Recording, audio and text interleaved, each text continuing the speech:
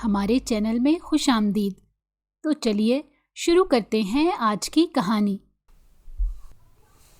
وہ بہت پرجوش تھی، اس کی خوشی کا کوئی ٹھکانہ نہ تھا۔ وہ ایسی ہی تھی، چھوٹی چھوٹی باتوں پر خوش ہو جانے والی۔ آج اس کے کالج میں پارٹی تھی، اس نے پارٹی کے لیے اپنی مرضی کا لباس بنوایا تھا۔ اب جس کو وہ پہنے ایک حور پری لگ رہی تھی، لیکن شیشے میں اس کی نظر جب لباس کے گھیرے پر پڑی، اس کی چیخیں نکل گئیں۔ اس کی چیخیں سن کر اس کی امی جلدی سے دوڑتی ہوئی کمرے میں آئیں، جہاں پر انایا پھوٹ پھوٹ کر رو رہی تھی اور اپنے لباس پر زور زور سے ہاتھ مار رہی تھی اور اس پر لگا داغ صاف کرنے کی کوشش کر رہی تھی۔ اس کی امی نے جب یہ دیکھا تو پریشان ہو گئیں۔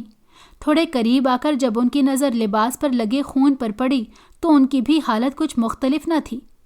انہوں نے جلدی سے انایا کے دونوں ہاتھوں کو پکڑ لیا اور اسے تسلی دینے لگی، کیونکہ وہ جانتی تھی کہ ان کی بیٹی خون سے کس قدر خوفزدہ ہوتی ہے۔ لیکن انایا وحشت ناک نظروں سے اپنے لباس کو دیکھے جا رہی تھی۔ اس کی آنکھوں سے خوف ٹپکتا صاف دکھائی دے رہا تھا۔ مزید خود پر قابو رکھنا اس کے بس سے باہر ہو گیا اور وہ بے ہوش ہو کر زمین پر گر پڑی۔ اس کی یہ حالت دیکھ کر اس کی ماں مزید پریشان ہو گئی اور اس کی ابا کو آوازیں دینے لگی۔ تھوڑی دیر بعد وہ اپنی بیٹی کو لے کر ہسپتال چلے گئے۔ آمنہ بیگم کو سمجھ نہیں آ رہی تھی کہ آخر یہ سب کیا ہو رہا ہے۔ پچھلے کچھ دنوں سے ان کے گھر میں عجیب و غریب واقعات ہو رہے تھے، جن کو وہ نہیں سمجھ پا رہی تھی۔ انہوں نے 2-3 عاملوں سے رابطہ کیا اور انہیں اپنے گھر کے حالات کے بارے میں بتایا، لیکن 3-4 بار عامل ان کے گھر میں آ کر سب کچھ پتہ لگا کر بھی چلے گئے، لیکن کوئی بھی نہیں جان پایا کہ آخر ماجرا کیا ہے۔ 3 بار آمنہ بیگم نے اپنا گھر بھی تبدیل کر کے دیکھ لیا، لیکن اسے بھی کوئی خاطر خواہ فرق نہ پڑا۔ ایک بات جو صاف تھی اور واضح تھی وہ یہ کہ یہ کام جو کوئی بھی کر رہا ہے وہ ان میں سے ہی ہے، لیکن گھر میں بھی آمنہ بیگم، محمود صاحب اور انایا کے علاوہ کوئی بھی نہیں ہوتا تھا۔ ان کا ایک چھوٹا سا خاندان تھا جو کچھ عرصہ پہلے تک تو ایک پرسکون زندگی گزار رہا تھا، لیکن ابھی 1 مہینہ پہلے ہی ان کی زندگی میں جیسے زہر گھل گیا اور ان کی زندگی اجیرن بن گئی۔ ہسپتال والوں نے انایا کو 2 راتیں اسپتال میں رکنے کے لیے کہا، کیونکہ اس کی حالت بہت تشویشناک تھی۔ وہ بہت زیادہ خوفزدہ ہو چکی تھی۔ وہ جب بھی ہوش میں آتی تو رونے لگتی۔ باہر گیلری میں محمود صاحب اور آمنہ بیگم اپنی بیٹی کے بارے میں بہت فکر مند تھے۔ تھوڑی دیر بعد آمنہ بیگم کی آواز خاموش گیلری میں گونجی، آخر ایسا کب تک چلے گا؟ اگر ایسا ہی چلتا رہا تو ہماری بیٹی کی آنے والی زندگی میں مزید مشکلات پیدا ہو جائیں گی۔ اگر اس کے سسرال والوں کو اس بات کا علم ہو گیا تو وہ ذرا دیر نہیں لگائیں گے اور اس کا رشتہ توڑ دیں گے۔ آپ کو تو پتہ ہے کہ کتنی مشکل سے بھابھی اس کا رشتہ لانے کے لیے مانی تھی، وہ بھی صرف اور صرف اپنے بیٹے کی ضد پر۔ اگر انہیں اس بات کی بھنک بھی پڑ گئی کہ آج کل انایا کے ساتھ کیا ہو رہا ہے تو وہ ایک پل بھی نہیں لگائیں گی منگنی توڑنے پر اور اپنے بیٹے کی کہیں اور شادی کر دیں گی۔ تم بھی کیسی عجیب باتیں کر رہی ہو، اس حالت میں بھی تمہیں صرف اور صرف اس کے رشتے کی باتیں سوچ رہی ہیں۔ پہلے دعا کرو کہ ہماری بیٹی ٹھیک ہو جائے، باقی رشتے اور بھی آتے رہیں گے اور اس سے بھی اچھے رشتے آئیں گے ہماری بیٹی کے لیے، مجھے اس بات پر یقین ہے۔ حماد اس دنیا میں کوئی آخری لڑکا نہیں بچا کہ جس سے اپنی بیٹی کی شادی کروانا لازم ہے۔ آپ ٹھیک کہہ رہے ہیں، لیکن اب یہ بھی تو دیکھیں کہ بچپن سے حماد اور انایا اکٹھے کھیلتے آئے ہیں، ان کی آپس میں اچھی خاصی انڈرسٹینڈنگ ہے، ایک دوسرے کو سمجھتے ہیں اور محبت بھی کرتے ہیں۔ اگر ایسے میں ان دونوں کا رشتہ ٹوٹ جائے تو دونوں ذہنی پریشانی کا شکار ہو جائیں گے۔ اس سے پہلے کہ آمنہ بیگم مزید کچھ کہتی، ایک لیڈی ڈاکٹر باہر آئی اور کہنے لگی، پیشنٹ کی حالت تھوڑی بہتر ہو گئی ہے، لیکن ابھی بھی وہ کافی خوفزدہ نظر آ رہی ہیں، لہٰذا ایسی کوئی بھی بات نہیں کریے گا جس سے انہیں کوئی پریشانی ہو۔ انایا کی بہتر حالت کا سن کر دونوں میاں بیوی خوش ہو گئے اور تیزی سے ایمرجنسی روم میں گئے، جہاں انایا بہت سی نالیوں سے الجھی بستر پر لیٹی ہوئی تھی۔ اس کے چہرے پر برسوں کی تھکن چھائی ہوئی تھی، یوں لگ رہا تھا جیسے وہ ایک لمبا سفر طے کر کے آ رہی ہو۔ اپنے ماں باپ کو دیکھ کر اس کے چہرے پر ایک آسودہ سی مسکراہٹ آ گئی اور وہ دل ہی دل میں سوچنے لگی کہ آخر وہ کیسی بیٹی ہے جو اپنی ماں کے لیے صرف اور صرف پریشانیوں کا سبب بن رہی ہے، لیکن اس میں بھی اس کا کوئی قصور نہیں تھا۔ جو بھی اس کے ساتھ ہو رہا تھا اس نے اس کے ذہن کو بالکل معاف کر دیا تھا۔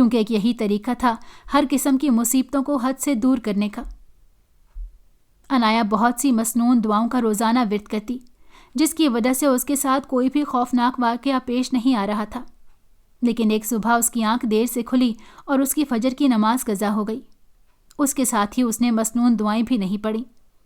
آج صبح سے ہی اس کا دل عجیب ہو رہا تھا، اسے عجیب سی بے چینی محسوس ہو رہی تھی، ویسی ہی بے چینی جیسی وہ پہلے محسوس کیا کرتی تھی۔ اسے بہت جلد احساس ہو گیا کہ آج اس نے مسنون دعاؤں کا ورد نہیں کیا۔ اس سے پہلے کہ وہ قرآن کھولتی اور قرآنی آیات کا ورد کرتی، جب اسے ایک بچے کے رونے کی آواز آئی۔ بچے کے رونے کی آواز سن کر وہ پریشان ہو گئی اور سوچنے لگی کہ اس گھر میں آخر کون سا بچہ آ گیا ہے۔ آواز سے لگ رہا تھا کہ وہ بہت چھوٹا بچہ ہے، جیسے 3-4 ماہ کا۔ دوسری طرف عنایا کا دھیان بھٹک بھٹک کر اسی مخلوق کی طرف جا رہا تھا جس نے کسی زمانے میں اس کی راتوں کی نیندوں کو اجیرن بنا رکھا تھا۔ اس سے پہلے کہ وہ قرآن کھولتی، رونے کی آواز مزید اونچی ہو گئی، اور پھر جہاں عنایا سب سے بڑی غلطی ہو گئی، اس نے قرآن وہیں بند کیا اور اپنے بستر سے اٹھ کر باہر کی طرف قدم بڑھانے لگی جہاں سے آواز آ رہی تھی۔ وہ یہ بات بھی بھول چکی تھی کہ وہ اس وقت گھر میں بالکل اکیلی ہے۔ اگر ایسی ویسی کوئی بات ہو جاتی ہے تو اس کی مدد کے لیے کوئی بھی نہیں آئے گا۔ اس کی ماں پڑوس میں اپنی ایک دوست کی عیادت کے لیے گئی ہوئی تھی۔ وہ چلتے چلتے صحن میں آ گئی اور اپنے آس پاس دیکھنے لگی، لیکن صحن میں کسی بھی ذی روح کا نام و نشان تک نہ تھا۔ اسے مزید پریشانی ہونے لگی تھی۔ آواز آنا بھی بند ہو چکی تھی۔ اچانک اس کی نظر سیڑھیوں پر پڑی، جہاں پر اس نے دیکھا کہ اس کی دوست تیزی سے سیڑھیاں چڑھتی چھت کے اوپر جا رہی تھی۔ اپنی دوست کو اپنے گھر میں دیکھ کر پہلے تو وہ حیران ہو گئی، اور پھر خوشی کے ملے جلے جذبات سے وہ اس کے پیچھے پیچھے چلنے لگی۔ وہ دل ہی دل میں یہی سوچ رہی تھی کہ شاید اس کی دوست اسے سرپرائز دینا چاہتی ہے، اسی وجہ سے یہ حرکتیں کر رہی ہے، کیونکہ اس کی دوست پچھلے 1 مہینے سے ناران کاغان اپنے خاندان کے ساتھ گھومنے گئی تھی۔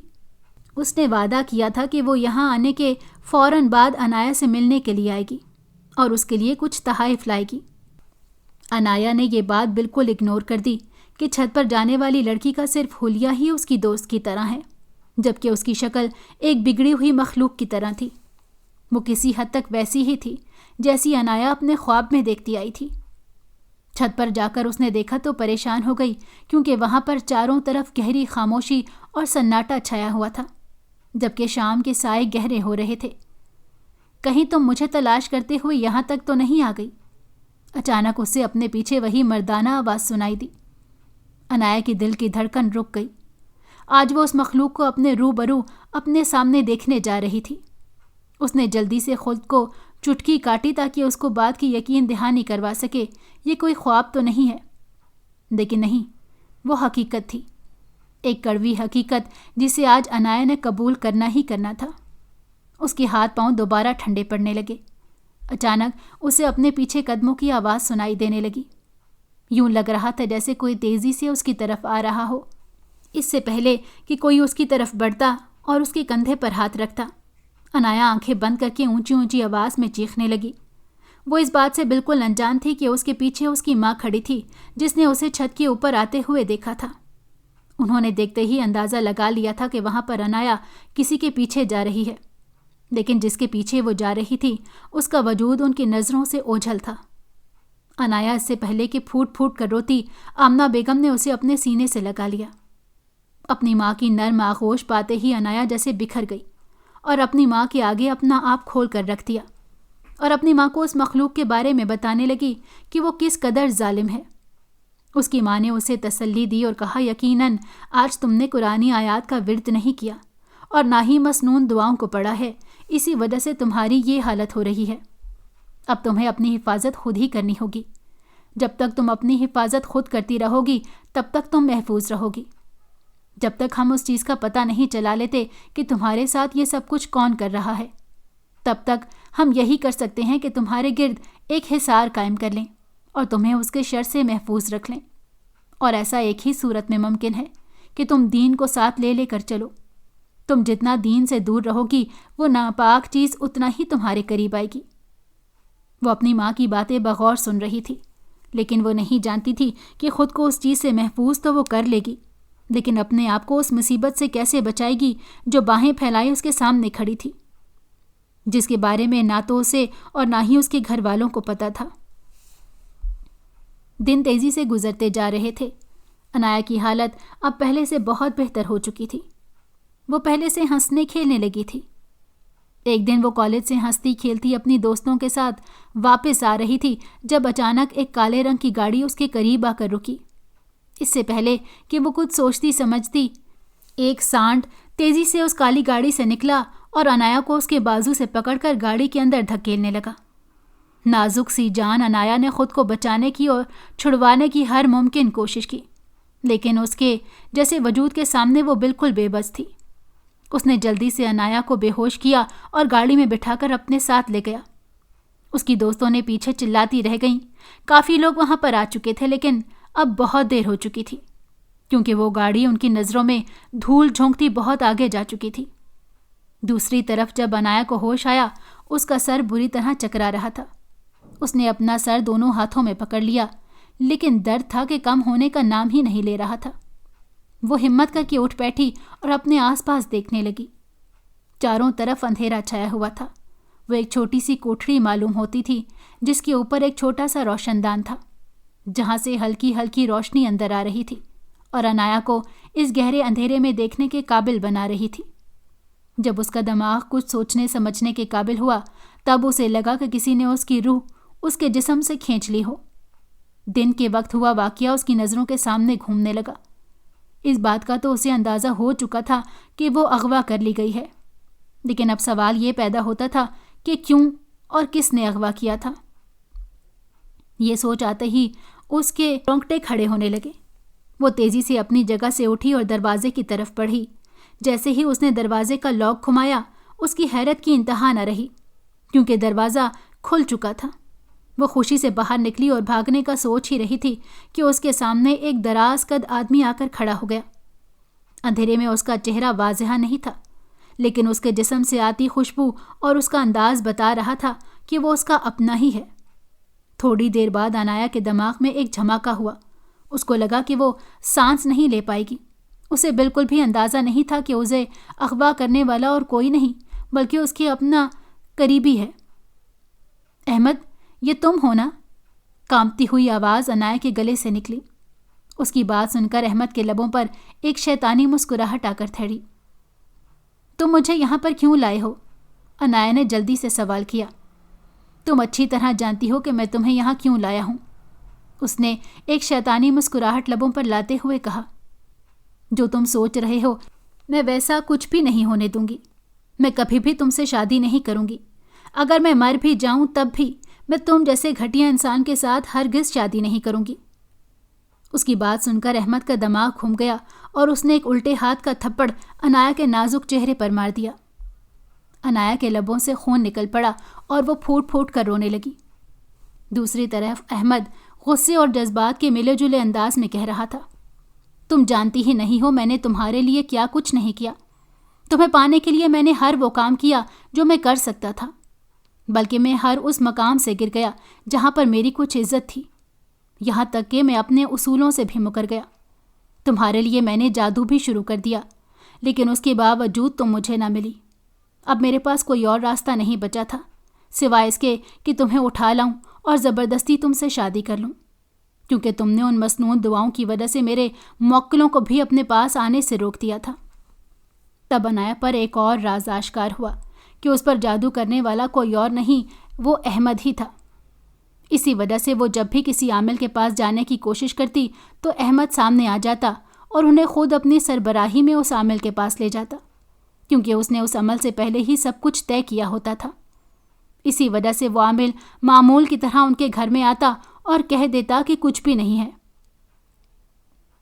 احمد نے انایا کو وہیں چھوڑا اور تیزی سے بیرونی دروازے سے باہر نکل کر انایا اس کے پیچھے بھاگی اور باہر نکلنے کی کوشش کی، لیکن وہ دروازہ بہت بڑا اور اونچا تھا۔ وہاں سے نکلنا مشکل ہی نہیں، ناممکن تھا۔ اس کے علاوہ دروازے کے باہر بھی 2 گارڈز کھڑے تھے جن کے ہاتھوں سے ہی سلامت بچ کے نکلنا مشکل نہیں، ناممکن تھا۔ اس کے علاوہ احمد انایا کے سامنے انہیں کہہ کر گیا تھا کہ اگر یہ نکلنے کی، یہاں سے بھاگنے کی کوشش کرے تو مجھے بتانا یا تو میں اسے گولی مار دوں گا یا پھر اس کے گھر والوں کو گولی مار دوں گا، کیونکہ میں یہ تو برداشت کر سکتا ہوں کہ یہ مر جائے، لیکن یہ برداشت نہیں کر سکتا کہ عنایا میرے علاوہ کسی اور کی دلہن بنے۔ اس کا لہجہ ہر قسم کے جذبات سے عاری تھا، یوں لگ رہا تھا جیسے اس کے لہجے میں چٹان جیسی سختی ہو۔ کافی دیر اس حویلی میں گھومنے کے بعد بھی عنایا کو باہر جانے کا کوئی راستہ نہ ملا۔ وہ ایک درخت کے نیچے آ کر بیٹھ گئی۔ غالباً وہ ایک برگد کا پیڑ تھا، اور وہ اس وقت بھول چکی تھی کہ آدھی رات کے وقت درخت کے نیچے بیٹھنا ٹھیک نہیں ہوتا، لیکن اس مشکل وقت میں وہ جاتی بھی تو کس کے پاس، کیونکہ پوری حویلی لاک تھی۔ صرف ایک کوٹھری ہی تھی جو خالی تھی، وہ بھی اندھیرے سے بھری ہوئی تھی۔ ایسے میں اس اکیلی کوٹھری میں جانا عنایا کے بس کی بات نہیں تھی۔ یہی وجہ تھی کہ وہ کھلے آسمان کے تلے آ کر بیٹھ گئی۔ اسے وہاں پر بیٹھے تھوڑی ہی دیر ہوئی تھی جب اسے یوں محسوس ہونے لگا کہ وہ اکیلی نہیں ہے، بلکہ اس کے آس پاس کوئی اور وجود بھی موجود ہے۔ اس نے چونک کر اپنا سر اوپر اٹھایا اور آس پاس دیکھنے لگی۔ اسے درخت سے ایک سایہ لٹکا ہوا نظر آیا۔ ایک دم وہ خوفزدہ ہو گئی اور کانپتے ہوئے انداز میں پوچھنے لگی، کون ہو تم؟ جواباً گہری خاموشی نے اس کا استقبال کیا۔ کافی دیر وہ جواب کی منتظر رہی۔ نہ جانے کیوں اسے اس بار بے چینی کا احساس نہیں ہو رہا تھا۔ آہستہ آہستہ اس کے دل سے خوف ختم ہونے لگا۔ اب اس کا دل بالکل خالی تھا۔ وہ بہادری کی مثال بنی اس درخت کے سامنے کھڑی تھی اور خود اپنی کیفیت سے انجان تھی۔ تھوڑی دیر بعد اس کے کانوں میں ایک ہلکی سی سرگوشی ہوئی، پچھلے دروازے سے حویلی کے اندر چلی جاؤ، باہر بہت سردی ہے، تمہیں ٹھنڈ لگ جائے گی۔ اس کے بعد دوبارہ وہاں پر گہری خاموشی چھا گئی۔ وہ کسی روبوٹ کی طرح حویلی کی پچھلی سمت کی طرف جانے لگی، اور واقعی وہاں پر حویلی کا اندرونی دروازہ کھلا ہوا تھا۔ وہ آسانی کے ساتھ حویلی کے اندر داخل ہو گئی۔ حویلی کے اندر کا ماحول باہر سے بہتر تھا۔ اچانک اس کے جسم کو ایک سکون کا احساس ملا۔ تھوڑی دیر بعد وہ گہری نیند میں ڈوب گئی۔ اگلے دن جب وہ سو کر اٹھی تب دوپہر کا وقت تھا۔ دوپہر سے شام ہو گئی، کسی نے بھی اسے کھانے کا نہیں پوچھا۔ اس دوران ایک بار بھی احمد حویلی کے اندر داخل نہیں ہوا۔ شام کے وقت وہ اچانک حویلی کے اندر آ گیا اور آتے ہی اونچی اونچی آواز میں چلانے لگا، عنایا کہاں ہو تم؟ سامنے آؤ۔ اس کی آواز سن کر عنایا خوفزدہ ہو گئی۔ اس کے لہجے سے لگ رہا تھا جیسے وہ کوئی فیصلہ کر کے آیا ہو، اور پھر عنایا کے سامنے اس نے وہ بات رکھ دی جس سے عنایا خوفزدہ ہو رہی تھی۔ اس نے عنایا کو بتایا کہ آج شام ہی تمہارا نکاح مجھ سے پڑھوا دیا جائے گا، لہٰذا نکاح کے لیے تیار رہنا، اور اگر تم نے انکار کرنے کی یا کسی بھی قسم کی چالاکی کرنے کی کوشش کی تو مجھ سے برا کوئی نہیں ہوگا۔ میں 1 منٹ بھی نہیں لگاؤں گا اور تمہارے خاندان کو تباہ و برباد کر دوں گا۔ مجھے یقین ہے کہ تم نہیں چاہو گی کہ اس عمر میں تمہارے والدین معذور ہوں۔ اس کی باتیں سن کر عنایا کی آنکھوں میں آنسو آ گئے۔ وہ ابھی بھی اسی برگد کے پیڑ کے پاس ہی کھڑی تھی اور احمد اسے دھمکیاں دے رہا تھا۔ اچانک احمد کو اس پیڑ کے آس پاس کچھ عجیب محسوس ہوا۔ اس سے پہلے کہ وہ پتہ لگاتا کہ کیا ماجرا ہے، اس کا ملازم اسے بلانے کے لیے آ گیا۔ اس کا دھیان بھٹک گیا اور وہ اپنے ملازم کے ساتھ چل دیا۔ پیچھے عنایا زمین پر بیٹھ کر پھوٹ پھوٹ کر رونے لگی اور مدد کے لیے اللہ کے سامنے فریادیں کرنے لگی۔ اچانک اس کے سامنے ایک نہایت ہی خوبصورت نوجوان نمودار ہو گیا۔ اس کو دیکھا عنایا ایک لمحے کو خوفزدہ ہو گئی، کیونکہ عنایا کو بالکل بھی توقع نہیں تھی کہ ایسا بھی کوئی ماجرا پیش آ سکتا ہے۔ وہ ہمنکوں کی طرح اپنے سامنے کھڑے ایک وجود کو دیکھ رہی تھی اور سمجھنے کی کوشش کر رہی تھی کہ آخر یہ کہاں سے آیا اور کیسے آیا، کیونکہ تھوڑی دیر پہلے تک تو یہاں پر کوئی بھی موجود نہیں تھا۔ کون ہو تم اور یہاں پر کیا کر رہے ہو؟ عنایا نے کانپتی ہوئی آواز میں پوچھا۔ میں ایک جن زاد ہوں اور یہاں پر تمہاری مدد کرنے کے لیے آیا ہوں، لیکن اس کے لیے میری ایک شرط ہوگی۔ اگر تم میری شرط مان لو میں تمہیں اس شخص سے بہت دور لے جاؤں گا اور نہ صرف تمہاری حفاظت کروں گا بلکہ تمہیں کسی بھی قسم کی کوئی تکلیف نہیں پہنچنے دوں گا۔ عنایا کو سمجھ نہیں آ رہا تھا کہ اس صورت حال میں وہ کیا کرے۔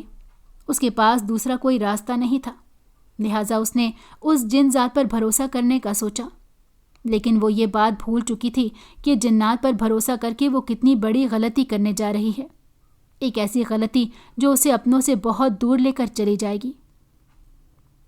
ٹھیک ہے، ہمیں تمہاری بات مان لوں گی، اچانک عنایہ نے کہا۔ اس کی بات سن کر جنزاد کے لبوں پر ایک مسکراہٹ آ گئی۔ اسے یقین تھا کہ عنایہ اس کی بات سے انکار نہیں کرے گی۔ جنزاد نے اسے کہا کہ ہمارے پاس وقت بہت کم ہے، اس سے پہلے کہ احمد واپس آ جائے ہمیں یہاں سے نکلنا ہوگا، کیونکہ وہ میری سوچ سے بھی زیادہ طاقتور عامل ہے اور میرے پاس اتنی طاقتیں نہیں ہیں کہ اس کی موجودگی میں تمہیں یہاں سے باہر نکال سکوں۔ اس لیے ہمیں جو کچھ بھی کرنا ہے ابھی کرنا ہے۔ جنزاد نے اپنا ہاتھ اس کے سامنے کیا اور اسے پکڑنے کے لیے کہا۔ عنایہ نے اپنے کانپتے ہاتھوں سے اس کا ہاتھ پکڑ لیا۔ کم از کم جنزاد اس عجیب مخلوق کی طرح خوفناک نہیں تھا کہ جسے دیکھ کر عنایہ کی روح لرز جاتی، لیکن یہ بھی صرف آنکھوں کا دھوکہ ہی تھا، کیونکہ اس وقت وہ اپنے اصل روپ میں نہیں تھا۔ اگر عنایہ اس کے اصل روپ میں دیکھ لیتی تو کبھی بھی اس کے ساتھ جانے کی حامی نہ بھرتی، بلکہ اس سے اچھا وہ موت کو اپنے سینے سے لگا لیتی، کیونکہ جنزاد کو دیکھ کر ویسے ہی اس کا دل بند ہو جانا تھا۔ جنزاد نے اسے آنکھیں بند کرنے کے لیے کہا اور اسے حکم دیا کہ جب تک میں نہ کہوں تم نے اپنی آنکھیں نہیں کھولنی۔ عنایہ نے اس کی بات مان لی اور خاموشی سے آنکھیں بند کر لیں۔ اسے یوں محسوس ہو رہا تھا جیسے وہ ہوا میں اڑ رہی ہو۔ یہ احساس بہت خوبصورت تھا۔ اس نے معصومیت سے سوال کیا کہ کیا میں اپنی آنکھیں کھول سکتی ہوں؟ اس کی اس معصومیت پر جنزاد مسکرا دیا، لیکن اسے حکم نہیں دیا، اس لیے اس نے سختی سے منع کیا۔ تھوڑی دیر بعد عنایہ کے قدم زمین سے آ کر ٹکرائے۔ اسی لمحے جنزاد نے اسے کہا کہ اپنی آنکھیں کھول لو۔ عنایہ نے اپنے آس پاس دیکھا۔ وہ ایک سنسان وادی تھی جس میں ایک آبشار تھی، جبکہ بہت سے پھلوں کے پیڑ تھے۔ وہ ایک چھوٹی سی جنت معلوم ہو رہی تھی۔ چند لمحے عنایہ اسے یوں دیکھتی رہی اور پھر اس جنزاد سے بولی، تم مجھے یہاں پر کیوں لائے ہو؟ مجھے اپنے گھر لے چلو۔ اس کی بات سن کر جنزاد پراسرار انداز میں کہنے لگا، شاید تم یہ بات بھول رہی ہو کہ تم نے مجھ سے ایک وعدہ کیا تھا۔ تم نے مجھ سے کہا تھا کہ تم میری ایک شرط مانو گی۔ اس شرط پر ہی میں نے تمہاری جان اس احمد نامی عامل سے بچائی ہے۔ اچانک جنزاد کی آنکھوں کا رنگ تبدیل ہوا اور وہ گھٹنوں کے بل زمین پر بیٹھ گیا۔ اسے دیکھ کر عنایہ پریشان ہو گئی اور اس سے پوچھنے لگی کہ کیا ہوا ہے۔ جنزاد پریشانی کے عالم میں کہنے لگا، احمد کو معلوم ہو چکا ہے کہ میں تمہیں یہاں سے لے کر جا چکا ہوں۔ وہ تو میری سوچ سے بھی زیادہ طاقتور ہے۔ ہمیں ابھی اور اسی وقت یہاں سے نکلنا ہوگا۔ جنزاد نے اسے وہی عمل دہرانے کو کہا جس عمل سے وہ اسے یہاں پر لایا تھا۔ عنایہ نے معمول کی طرح اپنی آنکھیں بند کر لی اور جنزاد کا ہاتھ پکڑ لیا۔ اب وہ ایک پہاڑی پر موجود تھے۔ جنزاد نے اسے کہا کہ دوبارہ سے ان مسنون دعاؤں کا ورد کرنا شروع کر دو تاکہ احمد تم تک نہ پہنچ پائے۔ تب تک میں ایک عمل کروں گا اور اسے اپنی طاقتیں بڑھاؤں گا۔ اگر میری طاقتیں ایک بار پھر بڑھ گئیں تو احمد کیا، اس سے بڑے عامل بھی میرا کچھ نہیں بگاڑ سکتے۔ اس وقت تک تمہیں میرا ساتھ دینا ہوگا۔ تو پھر کیا تم مجھے اپنے گھر جانے دو گے؟ اس کی بات سن کر جنزاد غصے کے مارے لال ہو گیا اور کہنے لگا، میں تمہیں یہاں سے اس وقت تک نہیں جانے دوں گا جب تک میرا دل نہیں چاہے گا۔ اب اگر تم نے اپنے گھر کا نام لیا تو میں خود اپنے ہاتھوں سے تمہیں اس عامل کے حوالے کر دوں گا۔ تم ہر بار یہ بات کیوں بھول جاتی ہو کہ تم نے میری شرط ماننے کا فیصلہ کیا تھا؟ اور اب میری بات کان کھول کر سن لو۔ میری شرط یہی ہے کہ جب تک میں نہیں کہوں گا تم اپنے گھر والوں سے نہیں مل سکتی۔ یہ کہہ کر جنزاد فوراً وہاں سے غائب ہو گیا، جبکہ عنایہ وہیں پہاڑی پر بیٹھ کر آنسو بہانے لگی۔ تھوڑی دیر گزری تھی کہ اسے جنزاد کی آواز دوبارہ سنائی دی، ماتم بعد میں منا لینا، پہلے اپنی حفاظت کرو اور مسنون دعاؤں کا ورد کرو تاکہ وہ کمبخت تم تک نہ پہنچ پائے۔ عنایہ دوبارہ سے سیدھی ہو کر بیٹھ گئی اور اپنا عمل کرنے لگی، جبکہ دوسری طرف احمد نے نہ صرف عنایہ کے گھر والوں بلکہ پورے محلے میں مشہور کر دیا تھا کہ عنایہ کسی لڑکے کے ساتھ بھاگ کر چلی گئی ہے۔ اس کے گھر والے اس سے شدید نفرت کرنے لگے تھے اور اس کی شکل بھی نہیں دیکھنا چاہتے تھے۔ احمد ان کے دل میں عنایہ کے لیے نفرت پیدا کرنے میں کامیاب ہو گیا تھا، لیکن پھر بھی وہ عنایہ کو حاصل نہیں کر سکا اور اس کو کھو دیا۔ جنزاد نے اس بات کا پتہ چلا لیا تھا۔ وہ ایک بڑے بزرگ جن کے پاس چلا گیا اور اسے عمل لینے لگا۔ بزرگ جنزاد نے اسے بتایا کہ تمہارے عمل کرنے سے زیادہ بہتر یہی ہے کہ تم احمد کے عمل کو الٹا کر دو۔ اس سے نہ صرف اس سے ٹھیک ہے موکل آزاد ہو جائیں گے، بلکہ وہ کمزور اور بے بس ہو جائے گا، وہ کچھ بھی نہیں کر پائے گا۔ اس کی بات سن کر جنزاد کہنے لگا، لیکن میں یہ کیسے کر سکتا ہوں؟